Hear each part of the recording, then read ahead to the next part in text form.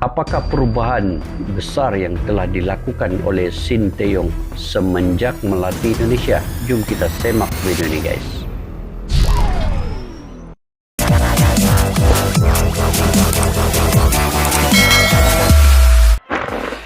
Assalamualaikum dan salam sejahtera. Selamat bertemu kembali di channel Askalani Studio. Oke guys, apa kabar kalian? Semoga kalian masih lagi kegembiraan menyambut kemenangan Indonesia ke atas Kuracoa ini. 2 perlawanan, 2 kali menang. Jadi guys, apakah perubahan besar yang telah dilakukan oleh Sinteyong semenjak mengambil alih kepimpinan kendali timnas Indonesia daripada 2018 sehingga kini? Sudah pasti banyak perubahan yang dilakukan, dan dalam video kali ini guys, ada lebih 10 perubahan permainan timnas yang telah dilakukan oleh Sinteyong. Jadi untuk itu kita sama-sama saksikan guys daripada channel GL Sport Extra and News. Kepada yang baru ketemu channel ini, bolehlah subscribe, tekan butang loncengnya sekali guys. Judulnya ialah bermain dengan sistem modern khas Eropa. 10 perubahan permainan timnas di bawah Sinteyong. Wow, penasaran kita. 10 perubahan itu cukup banyak guys untuk kita nantikan bagaimana daripada pemain junior sehinggalah senior dapat merubah sistem itu dengan begitu pantas dan juga tidak pun lagi sampai 5 tahun guys. Jadi jom kita semak sama-sama video ini.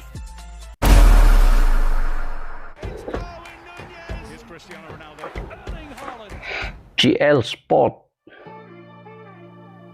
Oh, Sinteyong kalau sudah begini-gini guys, itu pasti ada tercipta kemenangan dan kejutan untuk timnya. Setelah sebelumnya sukses menang 3-2, Indonesia kembali berhasil mengalahkan Curacao Tengok, 2-1. kalau dia sudah gini-gini, maksudnya terbaik. Pertemuan kedua FIFA Matchday, sebuah hal yang semakin menegaskan bila kini timnas Indonesia telah naik 1 level sejak diasuh oleh Sinteyong. Bukan hanya soal hasil, melainkan cara bermain timnas Indonesia yang sekarang benar-benar sedikit banyak sudah menerapkan gaya sepak bola modern. Dan untuk itu kami akan coba merangkum 10 perubahan nyata permainan timnas Indonesia di bawah Sinteyong. 10 perubahan permainan timnas di bawah Sinteyong guys. Jom. Saya pun tidak sabar ingin mengetahui apakah 10 ini guys. Banyak nih ya, banyak. Oke, jom.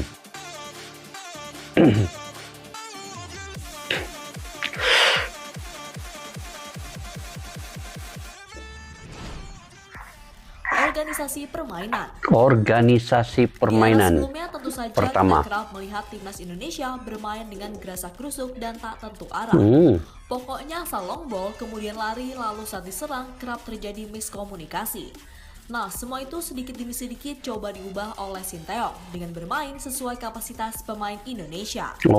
Di mana kini kita bisa melihat jarak antar pemain tidak terlalu, sehingga memungkinkan pemain Indonesia untuk memainkan skema dengan rapi. Maksudnya begitu Maksudnya passing itu dekat, hantaran pendek perlu dilakukan. Jarang untuk melakukan hantaran tinggi. Itu taktik yang pertama ini, organisasi permainan, supaya semua dapat mencapai bola itu guys. Oke, mantap.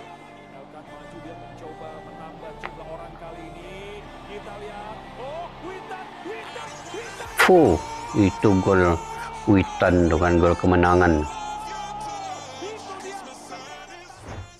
Oke, counter pressing yang kedua guys.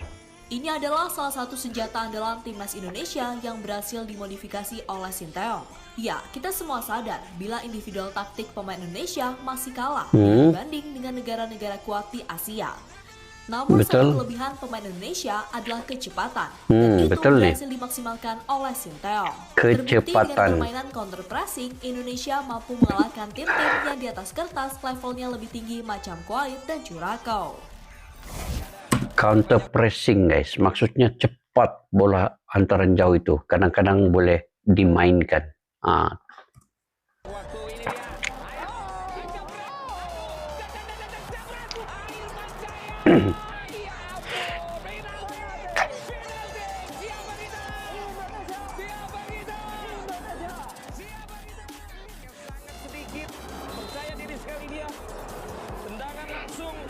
Gol daripada Maklok.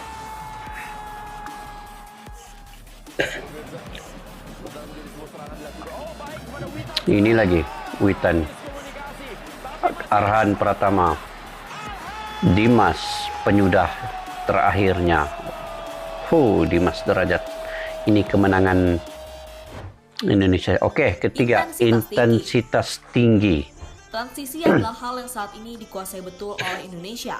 Meski kadang masih sering error, namun melakukan transisi dari bertahan ke menyerang, begitu pula sebaliknya, dengan intensitas tinggi perlahan-lahan sudah menjadi makanan sehari-hari.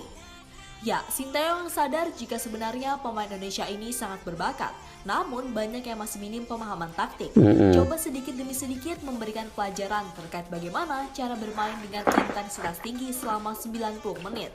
Dan hasilnya, boom, Indonesia lolos ke Piala Asia baik senior maupun junior. Maksudnya guys, intensitas tinggi ini, tempo permainan itu perlu laju tanpa henti. Terus laju main. Begitu ya.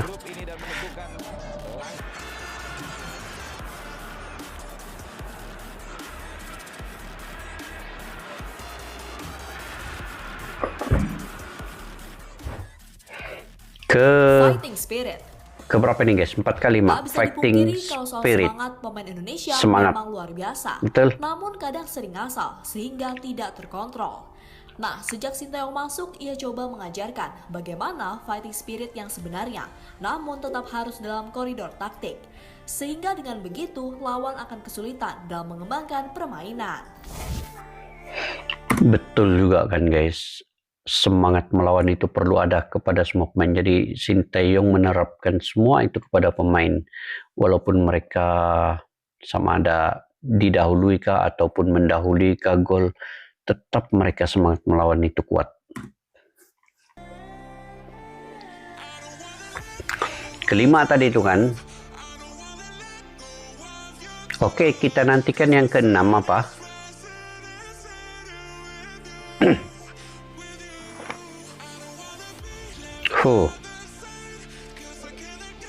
Terus melawannya.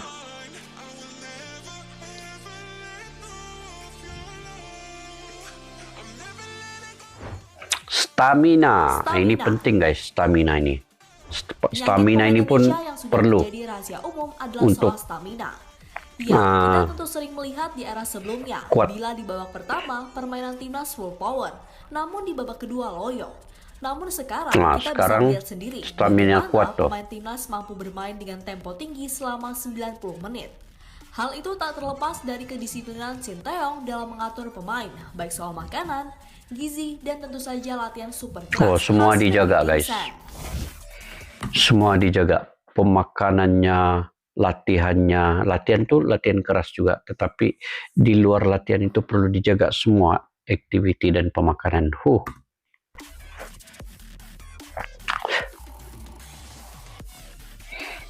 Keenam kah tadi? Kita tunggu yang ketujuh apa lagi guys?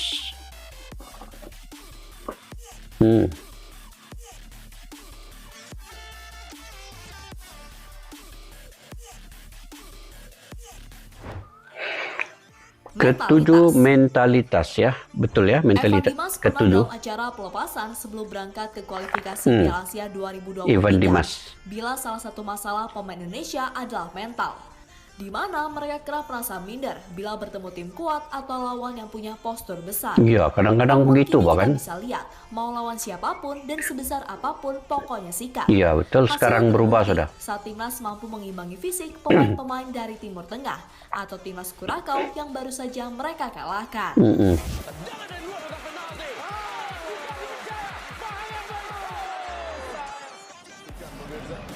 Betul juga kan guys, kalau mental itu awal-awal ditakuti dengan lawan itu, pasti itu akan kacau bahkan. Tapi sekarang ini Sinteyong telah mengubah semua mentaliti, pemain harus berubah. Disiplin Ini antar lini. ke-8 kah ke-9 disiplin Kalau ini antara jelas lini. kaitannya dengan taktik, di mana setiap pemain harus bisa memahami peran yang ia mainkan di posnya masing-masing. Meski Sinteyong kadang juga memainkan sepak bola pragmatis, namun positioning pemain ini nggak ngasal, sehingga pola dan tempo permainan tetap terjaga. Maju dia mencoba menambah jumlah orang kali ini. Kita lihat, oh Witan, wow, gol lagi Witan. Sejarah juga ini kan guys.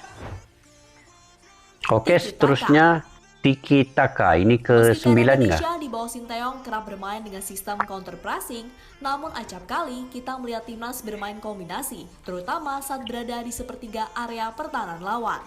Dan gol-gol ketika melawan Curacao Wah, ini bisa dibilang cantik adalah bukan? nyata dari itu semua. Melalui Tiki Taka juga nih. Tapi kita dapat tengok guys, yang lawan Curacao, perlawanan pertama dan kedua itu semua banyak Tiki Taka ini dilakukan. Cuma beberapa saja yang menghasilkan gol. Kalau semua ini dapat gol guys, mantap. Dapat 5 atau 6 gol wah.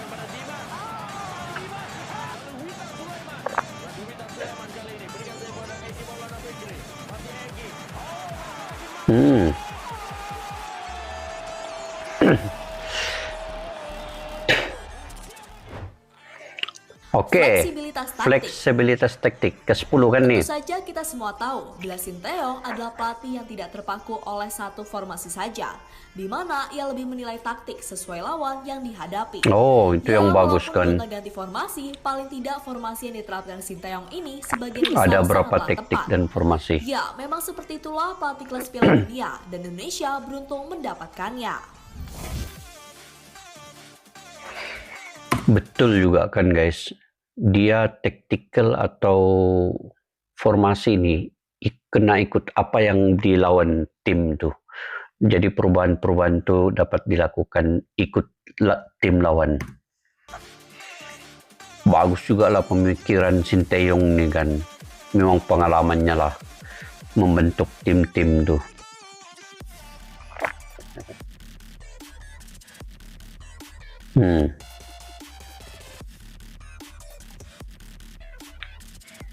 Itulah kan tadi 10 perubahan. Banyak. Oh, ada lagi. Efektivitas permainan nah. Bersama Sinteyong, ini yang Indonesia last lah kali ini. Seperti punya moto, sedikit peluang tak apa, asal dari sedikit peluang itu bisa menjadi gol. Contoh saat melawan Kuwait, di mana Indonesia selalu digempur habis-habisan, namun sesekali menyerang. Betul juga. Bisa mendapat 2 gol. Atau saat melawan Curacao, kita memang kalah dari segi intensitas serangan. Namun sekali lagi, efektivitas itu mampu diterapkan dengan baik. Sehingga di leg pertama, Indonesia menang 3-2 dan leg kedua menang 2-1. Betul juga kan guys, setiap peluang yang ada itu perlu digunakan untuk mencetak gol. Itu yang penting, walaupun permainan tidak dikuasai sepenuhnya. Tetapi kalau dapat mencetak gol dengan 1-2 peluang itu sudah cukup sebenarnya untuk kemenangan.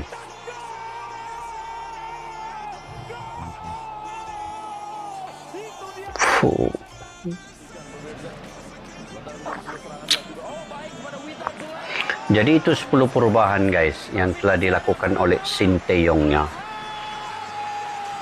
Memang terbaik. Mungkin ada lebih lagi dari itu, tetapi itu ya, antaranya. Sinteyong memang pelatih hebat. Ia punya visi yang bagus buat memajukan timnas Indonesia. Mudah-mudahan nasibnya tidak selesai karena sebuah kepentingan tertentu bapak-bapak pengurus yang terhormat. Karena kita semua tahu, PSSI hobi banget memecat pelatih hanya karena gagal meraih trofi Wabil, khusus trofi yang katanya paling bergengsi seantero jagat dan bikin penasaran, yakni AFF.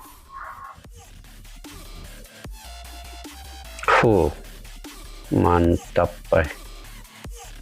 Nanti kita ulas guys 10 perubahan ini.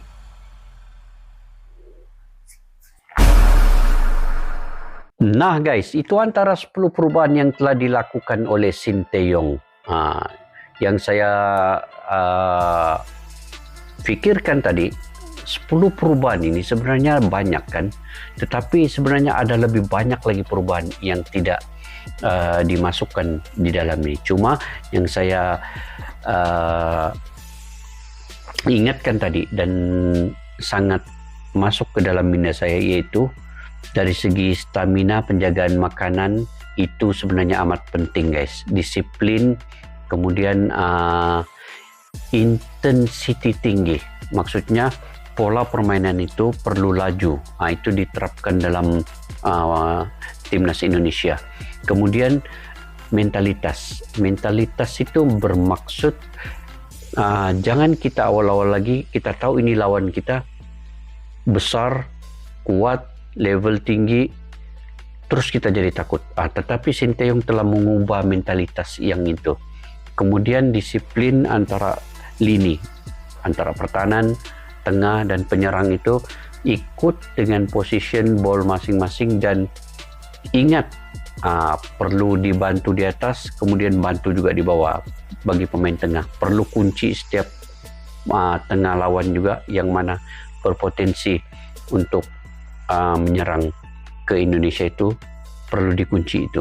Satu lagi yang saya suka juga yaitu permainan tiki taka ini guys. Permainan tiki taka Indonesia ini masa lawan Curaçao perlawanan pertama dan perlawanan kedua, tiki taka ini yang paling banyak dilakukan dan ada yang mencetak gol oleh Maklok itu juga melalui tiki taka. Itu diterapkan oleh Sinteyong. Kemudian saya suka juga yang tactical itu tadi. Tactical itu bermaksud formasi yang dibuat oleh Sinteyong ini bukan sahaja tetap, dia ada beberapa formasi atau tactical mengikut kesesuaian lawan siapa. Itu juga merupakan tactical yang cukup baiklah dari Sinteyong, sebab dia punya pengalaman mengamati setiap lawan itu kan, bagaimana tactical kalau ini lawannya, bagaimana formasi kalau ini lawannya. Itu juga paling best lah diterapkan. Contoh terbukti sudah lawan Curaçao ini. Perlawanan pertama itu lain taktikalnya, formasinya. Kemudian perlawanan kedua dia gunakan pula taktikal lain, tetapi menghasilkan kemenangan. Dan yang ke-10 tadi guys, yang efektivitas permainan itu juga bagus digunakan oleh Sinteyong untuk timnas Indonesia ini. Bagaimana gol-gol itu berlaku walaupun Indonesia tidak terlalu menguasai permainan juga secara keseluruhannya. Sebenarnya Curaçao juga menguasai permainan, tetapi Indonesia bila mendapat 1-2 peluang itu akan tercetak gol. Itu yang diterapkan oleh Sinteyong, dan banyak lagi guys sebenarnya ya. Tetapi itu antara yang saya ingat tadi, beberapa perkara yang penting diterapkan Sinteyong. Jadi perubahan itu berlaku ke atas timnas sama ada junior, senior dan juga kategori peringkat umur 20 dan 23. Jadi sistem bermain modern ala Eropa ini Sinteyong telah bawa ke dalam timnas guys. Jadi saya ingat itu saja untuk video pada kali ini. Semoga kalian juga terhibur dengan beberapa perlawanan terdekat yang dibuat oleh Indonesia dan mencapai kemenangan ini. Oke, jika kalian juga punya pandangan dan pendapat tersendiri, bolehlah komentar di ruang kolom di bawah guys, untuk berbagi info dan bermanfaat daripada kalian. Sampai kita berjumpa lagi, majulah sukan untuk negara. Assalamualaikum, bye bye.